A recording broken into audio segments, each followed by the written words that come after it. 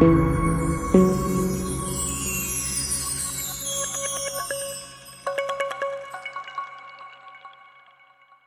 दोस्त 12 साल का उम्र और 10 साल का फराज। रात को नींद न आने की वजह से बिस्तर से अलिफाटे कर अपने घरों के पास वाले जंगल में निकल पड़ते हैं। जब दोनों एक दूसरे को देखते हैं तो बातचीत शुरू जाती है। फराज: उमर, फराज तुम यहाँ क्या कर रहे हो? क्या तुम्हें भी नींद नहीं आई? फराज: नहीं, वैसे क्या तुमने वो रोशनी देखी? उमर: मतलब वो रोशनी जो अभी जंगल की तरफ से अलिफाबेर थी। फराज: हाँ। उमर: चलो जाकर देखते हैं क्या माजरा है। फराज: ठीक है।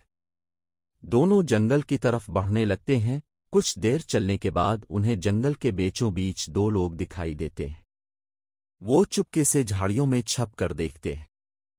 इनमें से एक शख्स देखने में कोई आमिल बाबा लगता था और दूसरा शायद कोई जादूगर था। दोनों की आवाज़ें गूंज रही होती हैं जैसे कोई मुकाबला चल रहा हो।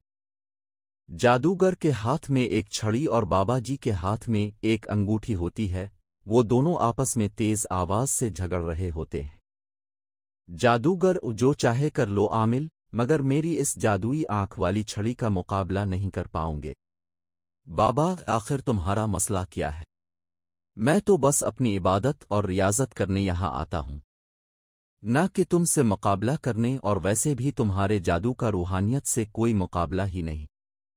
जादूगर: मेरा मसला तुम हो। तुम्हारी रियाजत की वजह से मेरा जादू कमज़ोर पड़ा, मगर अब मैं तुम्हें नहीं छोड़ूंगा। इतना कहकर वो अपनी छड़ी लहराता है और इसमें से एक लाल रंग की रोशनी बाबा जी की तरफ बढ़ने लगती है। आमिल बाबा जल्दी से कुछ वर्द पढ़ता है और अपने हाथ से इस रोशनी को जंगल की तरफ फेर देता, जो कि उन दोनों बच्चों से टकरा जाती है, और देखते ही देखते दोनों बच्चे हवा में अलिफाने लगते हैं। जैसे ही इस आमिल बाबा की नज़र उन बच्चों पर पड़ती है, वो कुछ और वर्द दोहरा कर बच्चों की तरफ इशारा करता है और बच्चे वापस ज़मीन पर आ जाते हैं, और वो आमिल बाबा फिर जादूगर से लड़ने में मशगूल हो जाता है। उमर: आखिर ये सब क्या हो रहा है? फराज: एक मज़ेदार लड़ाई चल रही है। और क्या? उमर: चुप करो, हमें इस बाबा की मदद करनी चाहिए। फराज: हाँ, मैं भी उन्हीं की तरफ हूँ। उमर: लगता है जादूगर की सारी ताकत इस छड़ी में है, इस छड़ी को इससे लेना पड़ेगा। इतने में जादूगर एक नया मंत्र पढ़ने लगता है, मगर बच्चे इसका मंत्र शुरू होते ही झाड़ियों से बाहर आकर इस पर पत्थर फेंकना शुरू कर देते हैं।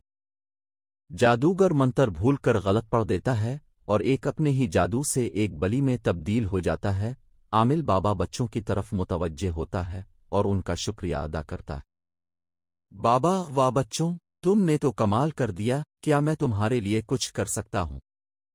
फराज बलि को अलिफाटे लेता है: मुझे तो हमेशा से एक बलि चाहिए थी। उमर बाबा जी से मुखातिब होकर: जी, हमें बताइए कि ये सब किया था। बाबा: दरअसल मैं अक्सर अपना अमल पढ़ने और मुराकबा करने यहाँ आया करता हूँ, मगर आज इस जादूगर ने मुझसे लड़ना शुरू कर दिया, मगर तुम बच्चों ने बहुत बहादुरी दिखाई, तुम चाहो तो इस बलि को रख सकते हो। इसके बाद आमिल बाबा आगे बढ़कर जादूगर की वो छड़ी जमीन से अलिफाटे कर तोड़ देता है और उन्हें आइंदा रात को इस तरह अकेले बाहर निकलने से मना करता है और बच्चों को उनकी हिफाजत के लिए कुछ अमल तालीम कर देता है। आखिर में आमिल बाबा उमर को अपनी अंगूठी तोहफा में दे देता है और फराज बली को अपने पास ही रख लेता है और फिर दोनों वापस अपने घर जाने पर राजी हो जाते हैं।